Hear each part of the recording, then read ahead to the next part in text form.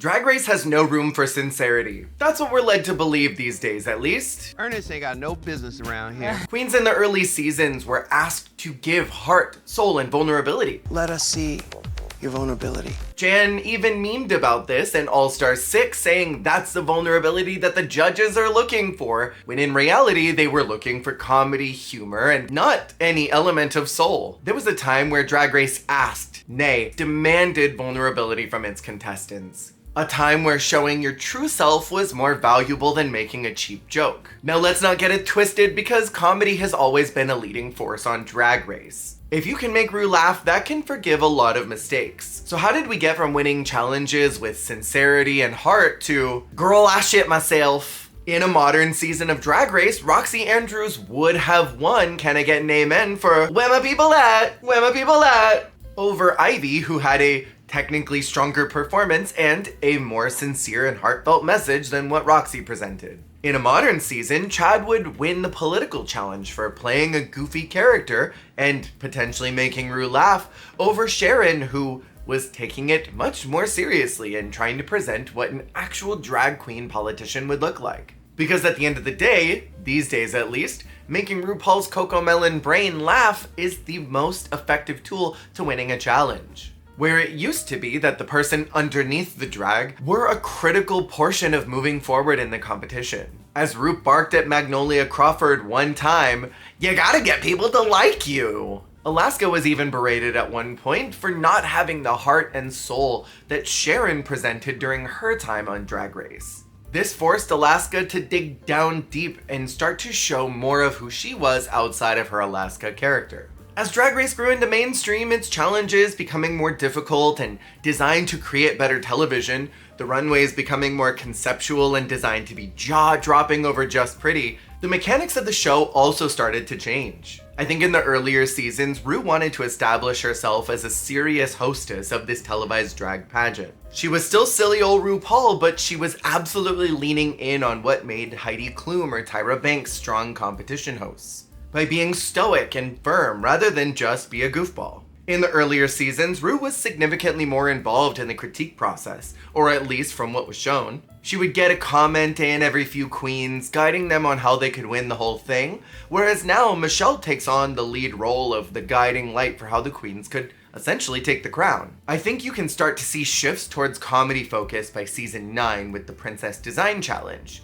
Those critiques being more heavily influenced by how funny the story was over how well the garment was constructed. And don't get me wrong, Trinity constructed a fine bathing suit, but where she certainly excelled was in her stanky starfish story that made Ru and the judges lose their minds with laughter. Perhaps this kind of humor-focused approach to challenges is always what Drag Race was meant to be, but Ru was hesitant to start with that mindset because maybe they would never break into mainstream if the show wasn't taking things seriously. If the world they were marketing to perceived drag as a joke, it maybe could never be stable enough to become the money-making machine that Drag Race has become now. And so, in that moment, maybe for the first time ever, we see a challenge that in the past was definitely taken more seriously, become one where you could win solely by being funny. And we see that echoed all the way until All-Stars 10 in the Wicked Good Design Challenge, where it was really more about the story and concept over what your look was. Take, for example, the Hello Kitty ball, where Katya and Ginger created the funniest character presentations overall. But their design aesthetics weren't as strong as Violet or Pearl, who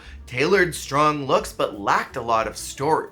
Violet and Pearl ended up being the top 2 because the challenge was focused on the design, where now a challenge like that would be more focused on the humor. And that's not to suggest that being serious has always panned out in the positive. In branding challenges like the Dragazine Challenge or the DragCon Product Challenge of All-Stars 2, the judges absolutely responded to a more comedic route than an earnest one. But that was because the challenge wasn't focused on something serious. Later on, Drag Race started to introduce challenges that deceptively appeared as a vulnerable opportunity. Season 12 introduced the series' third political challenge. Sharon won the first one by presenting serious. The smear campaigns of season 8 were constructed as being a spin-off of a roast and a reading challenge, so Bob and Derek won because they were being funny first. That's what the challenge called for. But the debate challenge appeared to call back to season 4's style, where seriousness was the front and center structure. You were campaigning to be a drag president. And this was deceptively serious, because at the end of the day, the judges were not actually looking for that. The panel of moderators even took the challenge very seriously, and were somewhat off-put when the queens tried to be funny with it.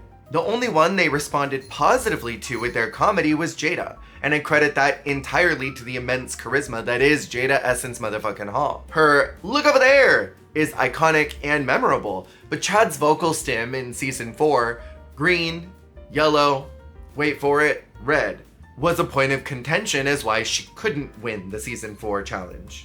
But Jada's vocal stim is what brought her to the win. In another universe, a much earlier one in the Drag Race sphere, Widow would have won the season 12 political challenge for being serious and trying to match energy with the challenge's energy rather than make a joke of it all. Later that season, the show introduces a one-woman show. This is where Jackie Cox is specifically asked to be more vulnerable and to open up further for her character and presentation, where most of the other contestants were not suggested to do this.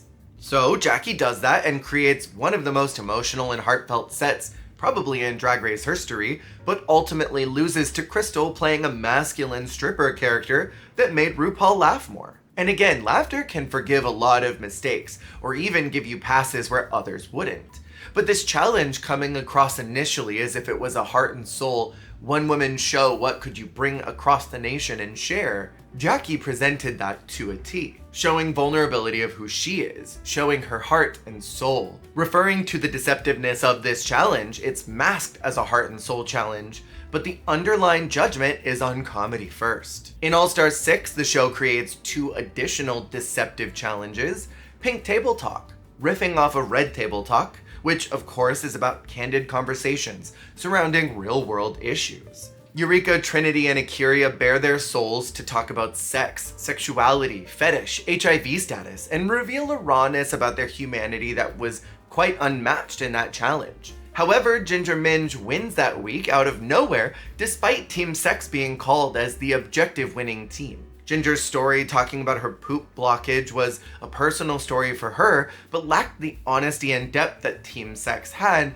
and that the challenge sort of called for. And this definitely wasn't the first time that someone was called as the winner, despite another team being named as the best group. In All Stars 5, Jujubee is called as the winner of the Hotel Design Challenge, even though Mayhem and Blair were called as Rue's definitive top 2 position. So back to All Stars 6. Later that season, we're introduced to the show's first charisma, uniqueness, nerve, and talent monologues, clearly riffing off of the vagina monologues, which are a very fine balance of sincerity and comedy. Kylie Sonique Love that episode delves deep into her first experience performing in drag, effortlessly weaving personal narratives, anecdotes, and bearing her soul, blended with humor and lightheartedness. It was a weightless performance that brought an energy to that room that no one else had. This story about being seen for the very first time by her chosen family, after being sent away by her birth family to break her spirit, was not only heart-wrenching but made the room smile. She did exactly what the challenge called for, and what its original inspiration called for. However, Eureka ends up winning that challenge for talking about how she pooped herself after eating too many spicy hot dogs. Who the hell eats spicy hot dogs before getting in drag? That's insane. This is the clear and defined moment where it's obvious that being earnest in your presentation will win no more points with Rue specifically. And to what I said earlier, perhaps this was always meant to be how Drag Race conducted itself. But I can't help but think that if Kylie shared this story back in season 2 or 3 of All Stars, she would have won the challenge.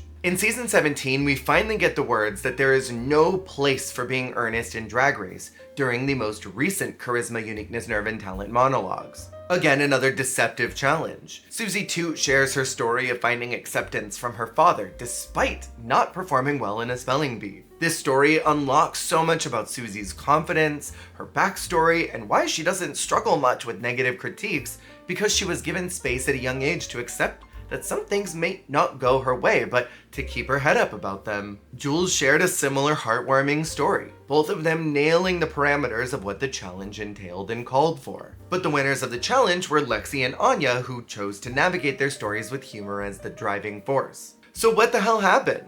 Again, was this how Drag Race was always meant to be? Did Rue grow to a point where she decided that vulnerability was a crutch and your character on TV was what mattered most? Did the show's many hand changes direct and mold what ultimately has become the show now? Maybe it's always been this way, but the need to be sincere only applied when they didn't want someone to win. Specifically, like when Chad won the superhero challenge for vaginal tightening over a very honest approach to drag superheroes that Team Rujubi constructed. Among so many other moments where someone chose to be comedic in a realm that probably called for a more serious approach to that challenge. In any case, where Drag Race once demanded heart, vulnerability, soul, and rawness, they now want to see charm, humor, tongue-in-cheek, comedy faces, and hilarity at the front of the challenge. And that is the vulnerability that the judges are not looking for. Make sure to subscribe if you haven't already. Thank you for watching, and I will see y'all on the flip.